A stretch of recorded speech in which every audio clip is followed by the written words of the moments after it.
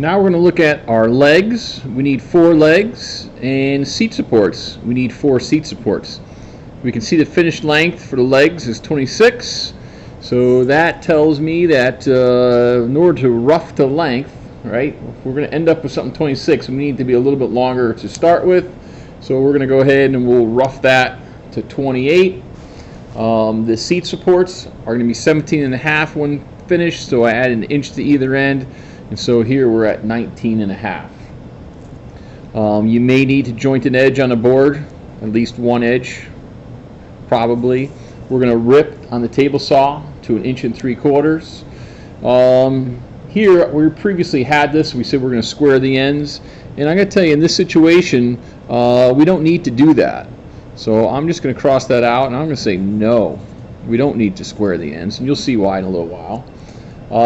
Finish to length. No, we don't need to finish to length either, and you'll see why in a little while. But we do need to lay out a bunch of stuff on our legs and seat supports. We've got a one end is curved on it. We've got a couple holes we need to lay out, and we also have some miter cuts on the end that we need to lay out. So I'm going to say yes to the layout work. All right, and now we're at the bandsaw. You'll see that yes, we need to do some bandsaw work. And then once we're on the bandsaw, we know that we usually go to the spindle and the belt sander after that. I'm going to tell you we're not going to use the spindle sander on our legs and seat supports. So we'll just say belt and belt. Router the edges. We do not need to router the edges. I'm going to say a no and a no for that. Drill press. We do need to drill some holes, so I'm going to say yes to that and yes to that. And rough, medium, and fine sand are 80 grit, 120, and 220, and that's going to be a yes and a yes.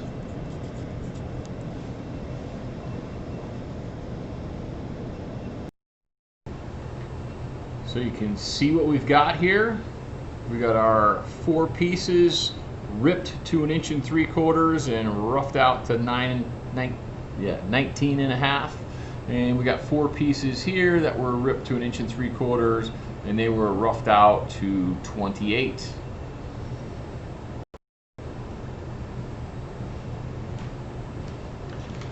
So you can see we have a leg template, just like we had a template for the concave slat and the convex slat. So what we're going to do with the template, so we line it up on the board, and so you can see this is why we didn't need to finish the length, because what we're going to do is we're just going to trace it and cut it on the bandsaw.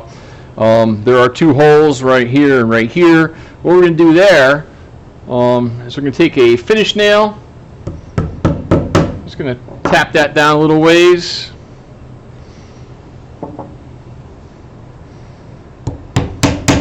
Tap that down a little ways. All right, I can see that I'm nice and flush along my edges here, and I'm just going to go ahead, I'm going to trace the end, and I'm going to trace this end, and now I can pull the nails out.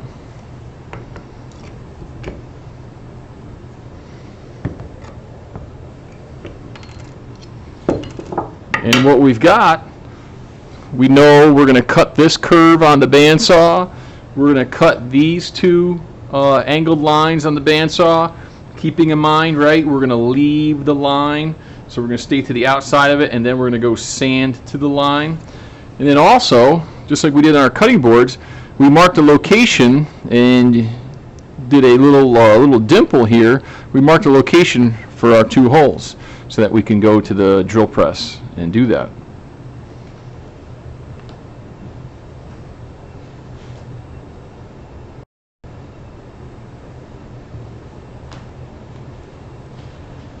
So you can do the same thing for the seat support. Make sure you use a nail to mark the hole location, trace the ends. We got them all laid out. Keep in mind, we need 4 seat supports and 4 legs.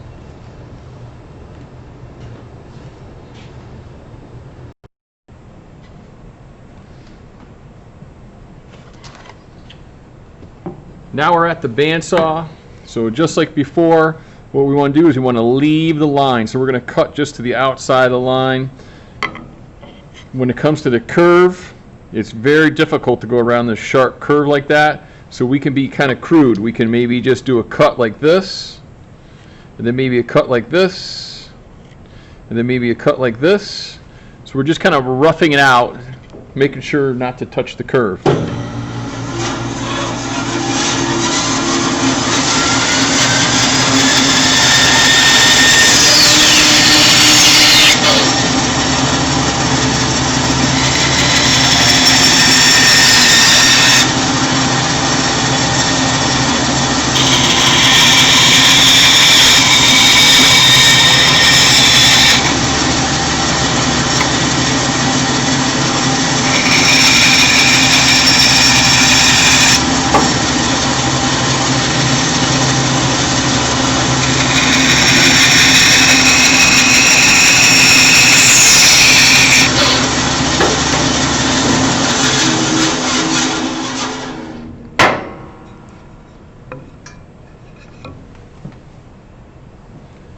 Kind of crude, but I roughed out that circle, and I also roughed out my angled cuts on the end.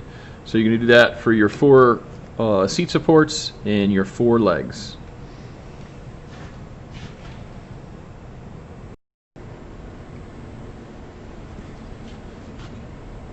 After the bandsaw, here we are. Take 2. After the bandsaw, here we are at the belt sander. And so what we want to do is we want to sand to that pencil curve there.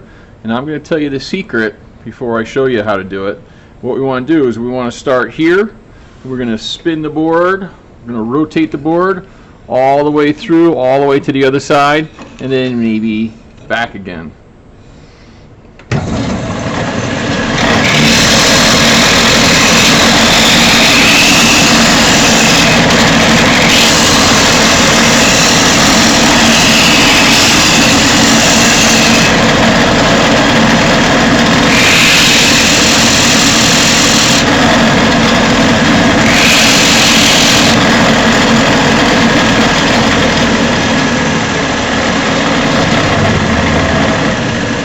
So you can see by going all the way from one side to the other side, I made a nice smooth curve.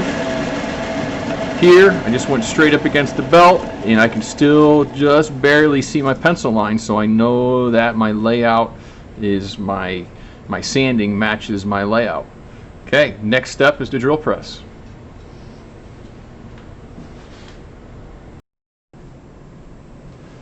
So here we are at the drill press. I've got my dimple all set to go. So I'm going to go ahead and I'm going to line up my drill bit with the dimple. Okay, whoops, I moved it.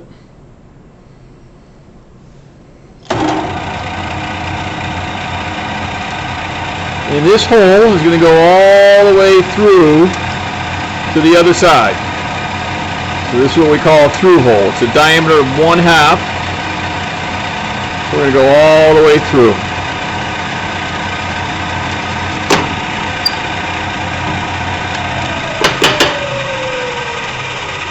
Perfect. This is exactly what I wanted to happen.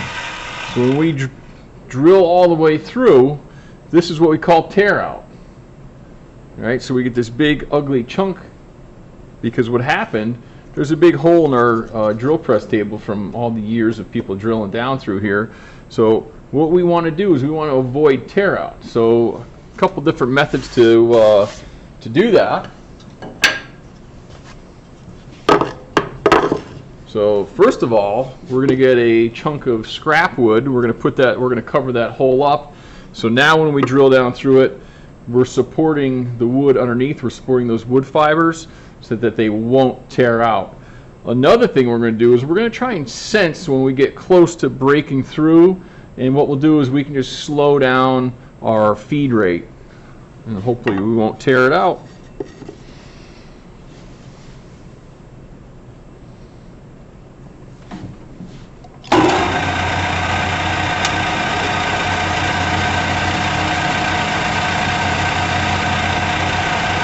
So I think I'm getting down near the bottom, so I'm just going to slow it down quite a bit.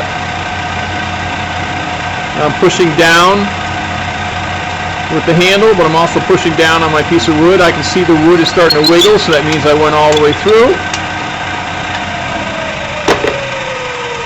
And we turn this over, no tear out. So that's what we want to do for both holes on the leg and the one hole that's on the seat support. After that, like usual, we're going to go to the sanding area, rough sand with 80 grit for quite a bit, and then we're going to go to the 120 and then finally 220.